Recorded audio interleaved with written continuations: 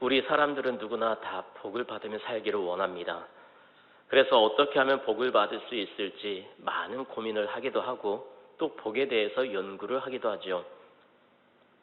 또 어떤 사람들은 복을 받기 위해서 종교에 심취하기도 합니다.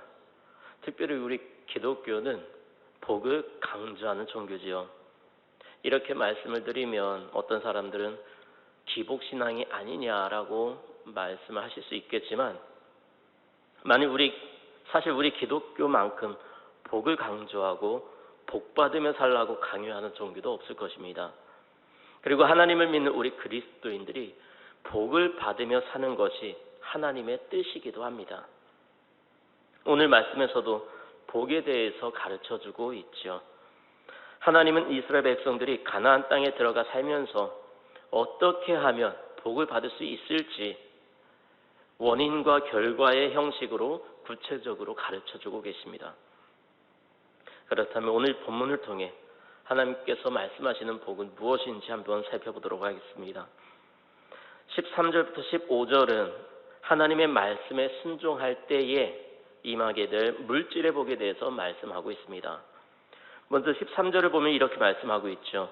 내가 오늘 너희에게 명하는 내 명령을 너희가 만일 청종하고 너희 하나님 여호와를 사랑하여 마음을 다하고 뜻을 다하여 섬기면, 이 구절에서는 두 가지를 말씀하고 있습니다. 그것이 무엇이죠?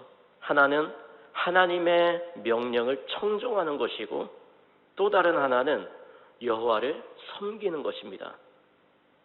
여기서 청종하다라는 말은 히브리어로 쏴마라고 합니다. 이 말은 듣는다라는 뜻의 미완료형입니다.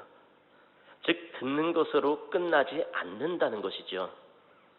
듣는 것으로 끝나지 않고 들은 것을 완전히 수긍하며 이것을 행동으로 옮기는 것을 의미합니다. 즉 청종한다는 말은 말을 듣고 행동으로 옮기는 것을 의미하는 것이죠. 그렇습니다. 하나님의 말씀은 듣는 것으로 끝내서는 안 됩니다. 하나님께서 말씀하신 것을 듣고 그대로 행동으로 옮겨야 하는 것입니다. 그런데 이런 행동은 기계적인 움직임이 아니라 자발적으로 움직이는 순종의 행위를 의미합니다. 이것이 우리 그리스도인들이 살아야 하는 삶의 자세인 것이지요. 우리는 믿음의 행위로 하나님께 예배를 드립니다. 즉 믿음의 모습이 삶으로 드러나고 행동으로 나타나야 한다는 것입니다. 또 여호와를 사랑하여 마음을 다하고 뜻을 다하여 섬기면이라고 말씀하고 있습니다. 그렇습니다. 우리 그리스도인들은 하나님의 말씀을 듣고 하나님을 섬기는 사람들입니다. 그런데 하나님을 섬기는 그 섬김의 자세가 어떠해야 합니까? 오늘 본문에서는 마음을 다하고 성품을 다해야 한다고 가르쳐주고 있습니다. 그런데 성품을 다하여라는 말을 히브리어로 보면 너희의 온 영으로라고 번역하는 것이 훨씬 더 정확합니다. 이러한 번역은 예수님의 말씀과도 일치하는데요. 예수님은 요한복음 4장 24절에서 하나님은 영이시니 예배하는 자가 신령과 진정으로 예배할지니라 라고 말씀하셨습니다. 이와 같이 하나님의 말씀을 청종하고 하나님을 잘 섬길 때에 베푸실 복에 대해서도 기록을 하고 있는데요.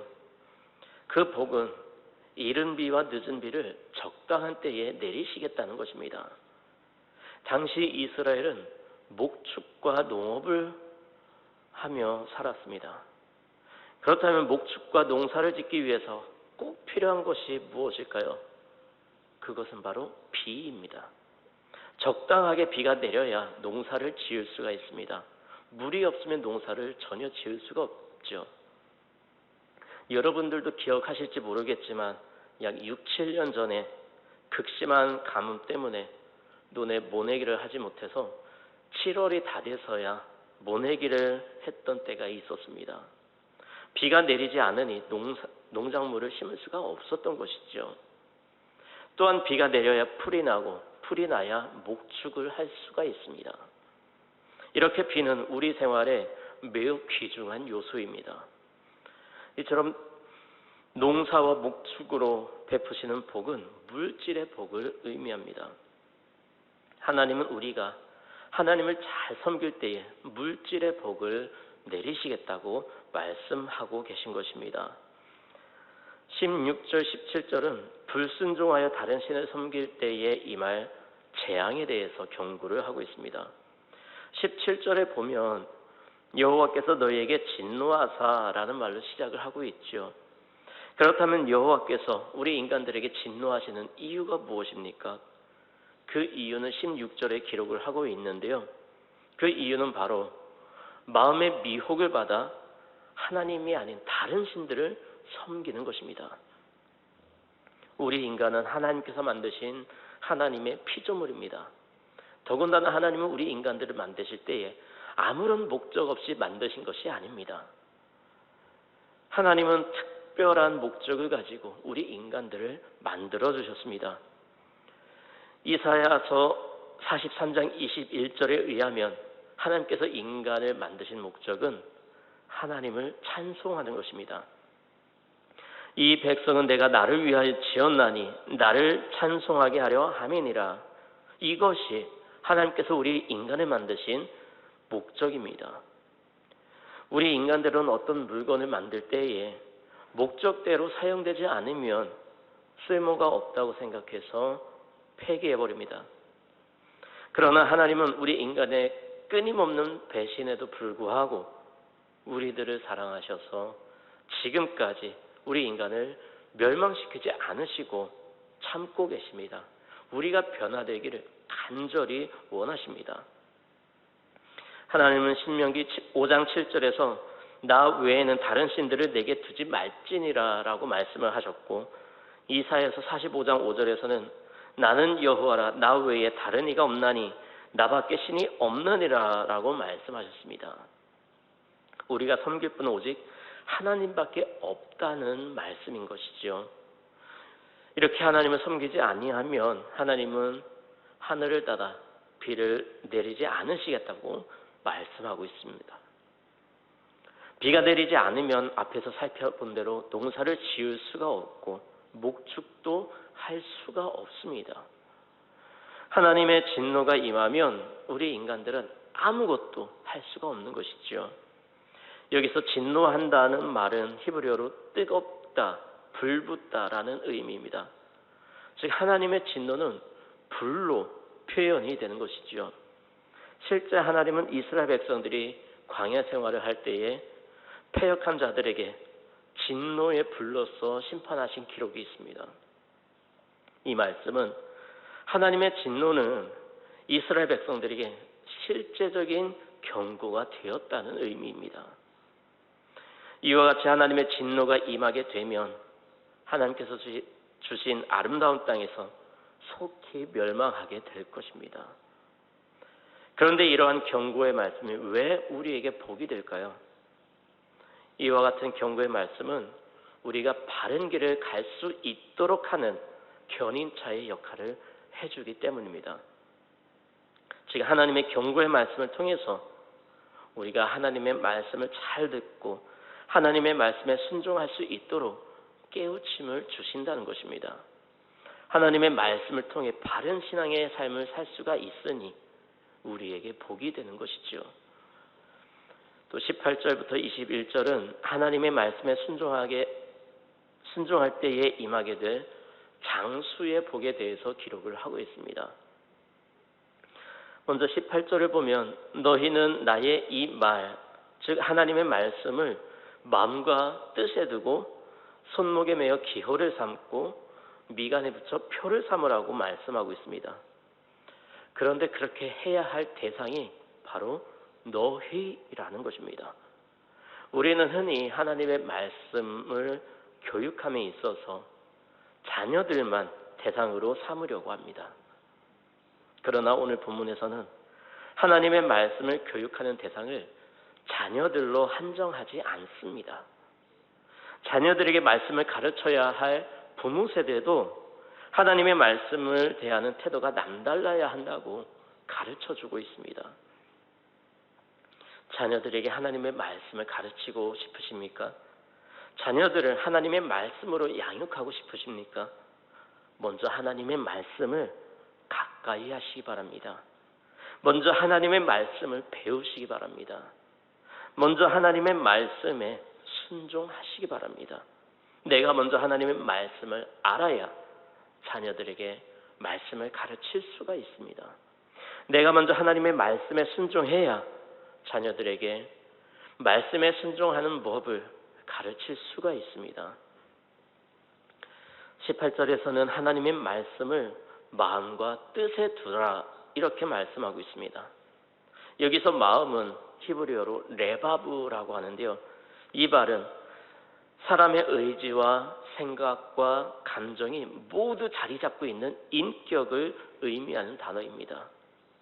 그러므로 말씀이 마음에 있게 하라는 이 말씀은 단지 그 말씀의 내용을 기억하라는 정도의 의미가 아니라 감정과 의지와 생각에 언제나 하나님의 말씀이 반영되어 있는 이 인격을 소유해서 실제로 자신의 삶 속에서 말씀대로 살아감으로 주님의 향기를 풍겨내는 사람이 되라는 의미인 것입니다. 그리고 뜻에라는 말은 히브리어로 보면 너희들의 영 위에로 번역하는 것이 더 정확한 표현입니다. 하나님의 말씀은 우리의 의지만을 통제하는 것이 아니기 때문이지요. 하나님의 말씀은 우리의 의지를 통제할 뿐만 아니라 우리의 영혼까지 새롭게 합니다. 그러므로 하나님의 말씀을 영에 둔다는 것은 그 영혼이 하나님의 말씀을 온전히 사모하고 기다린다는 의미인 것이죠. 시편 119편 81절은 이렇게 기록을 하고 있습니다. 나의 영혼이 주의 구원을 사모하기에 피곤하오나 나는 주의 말씀을 바라나이다. 아멘. 이 말씀을 좀 더 쉽게 표현을 하자면 나의 영혼이 주님의 구원을 사모하기 때문에 하나님의 말씀이 내 영혼 위에 있기를 간절하게 바랍니다 라고 번역을 할 수 있을 것입니다. 이렇게 하나님의 말씀이 우리 마음과 우리 영 위에 있을 때에 구원을 받게 된다는 사실을 오늘 말씀을 통해서 우리에게 가르쳐주고 있는 것이죠. 그리고 19절에서는 이러한 하나님의 말씀을 자녀들에게도 가르쳐야 한다고 말씀하고 있습니다. 그런데 그 말씀을 가르칠 때에 어느 특정한 시간, 정해진 시간에만 가르치라고 말하지 않습니다. 집에 앉았을 때에든지, 길을 갈 때에든지, 누워 있을 때에든지, 일어날 때에든지, 즉 언제든지 하나님의 말씀을 가르치라고 말씀하고 있습니다. 그런데 오늘 우리 성경에는 정확하게 표현되어 있지는 않지만 너희의 자녀에게라는 말이 히브리어로는 간접 목적어가 아니라 직접 목적어로 표현이 되어 있습니다. 이 말은 자녀들에게 하나님의 말씀을 가르치는 것이 가장 우선의 목표가 되어야 한다는 것입니다. 단지 하나님의 말씀을 전해서 지식적으로만 가르치는 것이 아니라 말씀을 가르치면서 동시에 말씀에 기초하여 자녀를 훈육하면서 가르치라는 것입니다. 이것은 부모님의 삶이 먼저 말씀에 기초하지 않고서는 실천할 수 없는 명령인 것입니다. 즉 부모는 말씀을 전달하는 사람일 뿐만 아니라 말씀에 순종하는 모범을 자녀들에게 보여줌으로써 자녀들이 믿음의 백성으로 살아갈 수 있도록 삶으로 교육해야 하는 사람들인 것입니다. 그런데 이렇게 자녀들에게 말씀을 가르칠 때에는 부지런히 가르쳐야 합니다. 신명기 6장 7절에 이렇게 기록을 하고 있습니다. 내 자녀에게 부지런히 가르치며 집에 앉았을 때든지 길을 갈 때든지 누워 있을 때든지 일어날 때든지 이 말씀을 강론할 것이며, 여기서 부지런히 가르친다는 말은 날카롭게 한다는 의미가 있습니다. 즉 하나님의 말씀이 의미하는 것을 예리하게 파악해서 가르친다는 것입니다. 이렇게 하기 위해서는 앞에서 말씀드린 대로 부모님이 먼저 말씀을 잘 알고 말씀에 순종하는 삶을 살아야 자녀들에게도 온전한 하나님의 말씀을 잘 가르칠 수가 있는 것입니다. 20절 내 집 문설주와 바깥문에 기록하라는 말씀은 누구나 시선이 많이 가는 곳에 하나님의 말씀을 두어서 그 말씀을 계속 읽고 묵상하고 하라는 의미입니다. 이 말씀에 대한 해석은 간단하게 지나가지만 하나님의 말씀을 가까이 하라는 매우 중요한 말씀입니다. 이렇게 하나님의 말씀을 잘 배우고 가르칠 때에 베푸시는 하나님의 축복이 무엇입니까? 21절에 보니까 이렇게 기록을 하고 있습니다. 그리하면 여호와께서 너희 조상들에게 주리라고 맹세하신 땅에서 너희의 날과 너희의 자녀의 날이 많아서 하늘이 땅을 덮는 날과 같으리라. 여러분, 하늘이 땅을 언제 덮죠? 매일 덮습니다. 하늘 아래 땅이 있기 때문이죠. 그렇습니다. 하나님의 말씀을 잘 배우고 순종을 하면, 그리고 자녀들에게 말씀을 잘 가르쳐서 자녀들 또한 말씀에 순종하는 삶을 살게 된다면 너희의 날과 너희의 자녀의 날이 많을 것이라고 약속하고 계십니다. 즉 장수의 복을 주시겠다는 말씀인 것이죠. 22절부터 25절에서는 하나님의 말씀에 순종할 때에 임하게 될 국가적인 번영에 대해서 말씀하고 있습니다. 그렇습니다. 하나님의 말씀을 잘 지켜 행하면 개인적으로도 사회적으로도 국가적으로도 복을 받게 되는 것입니다. 오늘 말씀을 보면 하나님의 명령을 잘 지켜 행하며 하나님을 깊이 사랑하면, 하나님을 의지하면 하나님께서 어떻게 해주신다고 약속하고 있죠? 먼저는 모든 나라 백성을 너희 앞에서 다 쫓아내실 것이라고 말씀하고 있습니다. 이는 이스라엘 백성들이 가나안 땅에 들어갈 상황을 염두에 두고 말씀하고 계신 것입니다. 그리고 가나안 땅에 들어가면 이스라엘보다 강대한 나라가 있을 텐데 그런 나라들까지도 이스라엘이 차지하게 될 것이라고 약속하고 계십니다. 실제로 이스라엘이 가나안 땅을 정탐할 때에 그곳에는 아낙 자손들이 살고 있었습니다. 아낙 자손은 거인들이었습니다.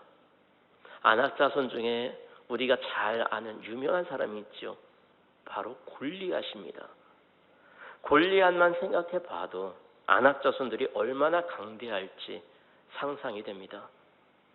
24절에서는 너희가 밟는 모든 땅을 너희의 소유로 주시겠다고 약속하고 계십니다.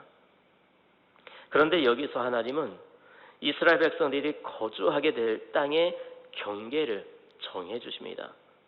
그곳은 곧 남북으로는 광야에서 레바논까지이고 동서로는 유브라데 강에서부터 서해까지입니다. 여기서 서해는 지중해를 의미하는 것이죠. 그러므로 이 말씀을 토대로 지도에서 찾아보면 가나안 땅을 의미합니다. 하나님은 철저하게 가나안 땅을 이스라엘 백성들에게 주시겠다고 약속하고 계십니다. 이 땅은 과거 아브라함 때부터 주시겠다고 약속하신 언약의 땅이죠. 그러나 여기에서 말씀하는 영토의 경계는 다윗과 솔로몬 시대에만 잠시 이루어졌을 뿐 거의 실현되지 못했습니다.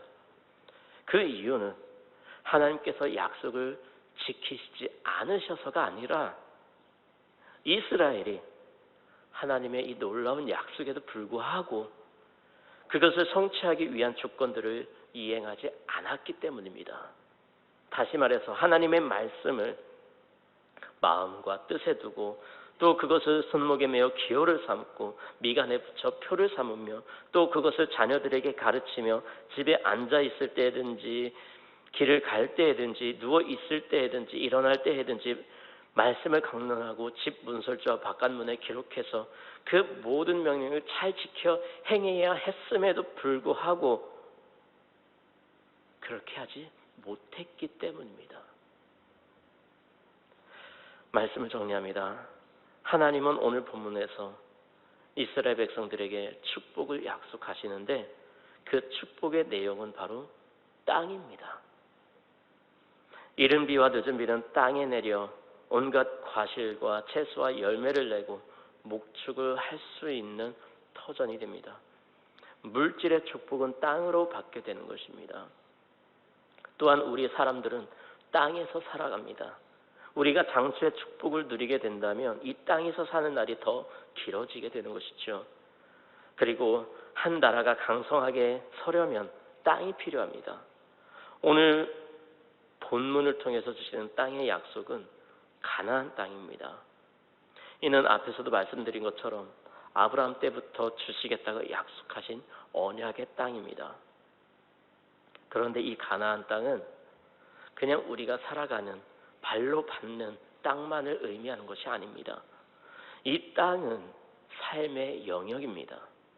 삶의 영역이란 때로는 내가 가지고 있는 땅을 의미하기도 하지만 다른 사람들에게 영향력을 미칠 수 있는 범위를 의미하기도 합니다. 그러므로 내가 많은 곳에 믿음의 선한 영향력을 끼치고 있다면 그만큼 하나님의 복을 많이 누리고 있는 것입니다.